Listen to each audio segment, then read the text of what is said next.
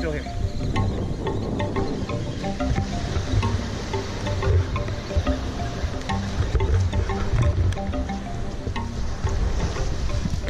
Yeah. That's what I'm talking about.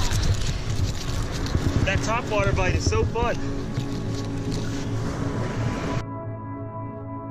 Day one in Florida. We flew down to Orlando yesterday, and this morning we are out on the surf trying to catch some fish.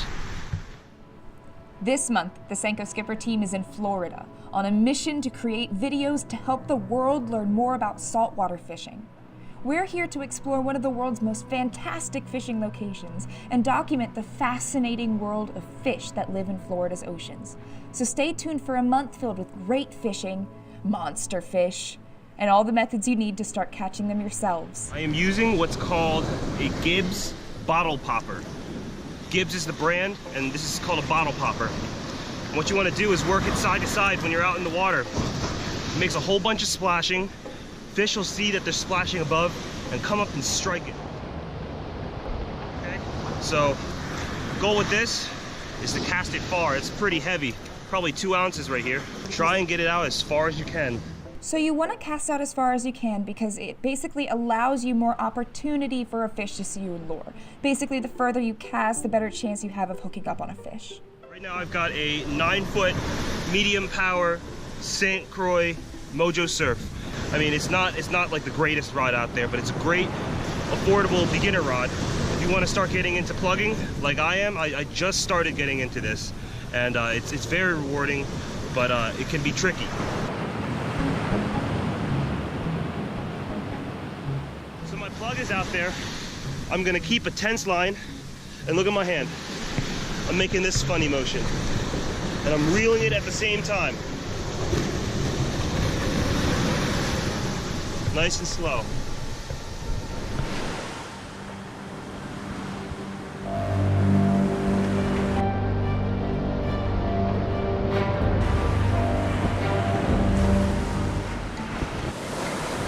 Something was chasing my bait the whole way back. You see the fish jumping out. Did you see it? Yeah, I saw it. This thing causes a whole bunch of commotion at the surface of the water, and it'll draw the fish up. I got a fish on. I have no idea what it is. Something small. Bluefish.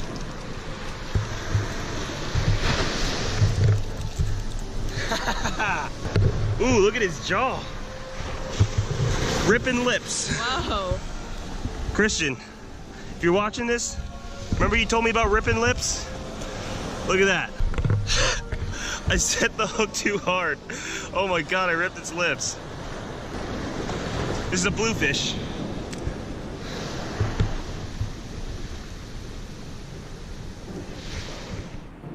What I think is really interesting is how fishermen are basically constantly trying to think like the fish.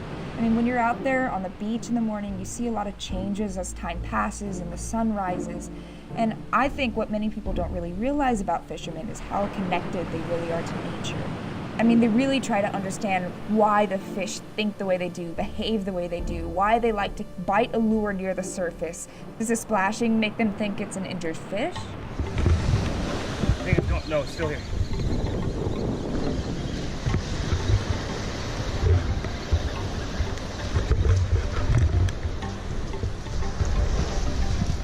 Yeah. That's what I'm talking about. That topwater bite is so fun. As soon as Brendan caught one fish on his popper, his friend James hooked up as well. Because when bluefish are present, they're there in schools, and when you catch one, you can expect to catch a lot. Just wait for them to move through. We doubled up. Oh my God! Woo! Woohoo! So every fisherman that we've talked to, especially down here in Florida, they all hate bluefish. Why does everyone hate bluefish? Is it just because they're like annoying and you're going for other things and there's so many of them? That's my guess. That's what I've heard. But I want you guys to tell me if you like bluefish, if you hate bluefish, why? Comment below. Whip it. There you go. Now it's landed. Close it. Reel it. Now you know how to work it, right? Yeah, I can't feel it. It's okay. Just make sure you have tension. You will very likely get a fish right now.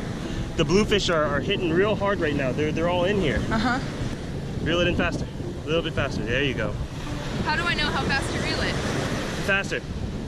You want to try and keep it on the surface. And this thing sinks. Ah, no wonder I can't see it. No! There you go. I told you. Oh my Set the hook harder. There you go. Walk down, walk down. You got it. Wow! Ah, I don't want to lose it. Oh man.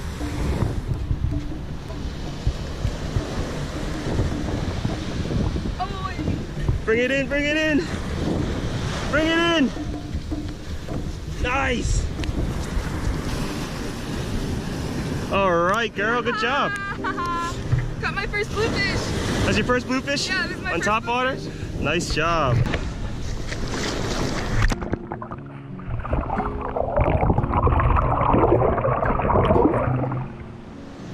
So I changed it up using a piece of tin now. This thing is like 3 ounces. So it's basically a bullet when I cast it out.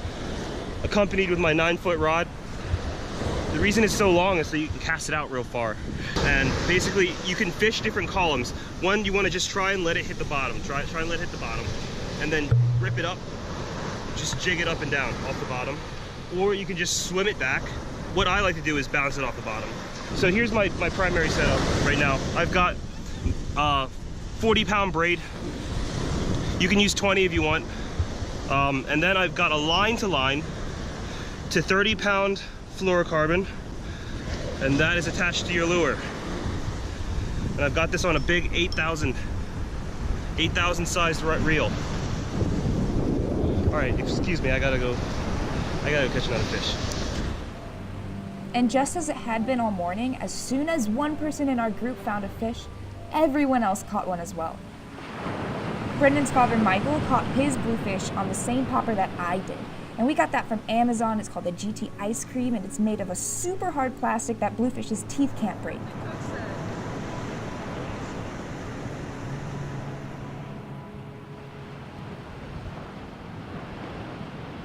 We hope with this episode that we helped some beginners learn the basics of beach fishing with plugs and lures.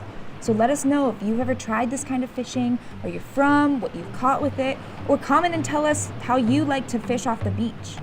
We're here in Florida to explore one of the world's most fantastic fishing locations and document the fascinating world of fish that live in Florida's oceans. So stay tuned and hit that subscribe button for a month filled with really cool fishing, monster fish, and all the methods you need to start catching them yourselves.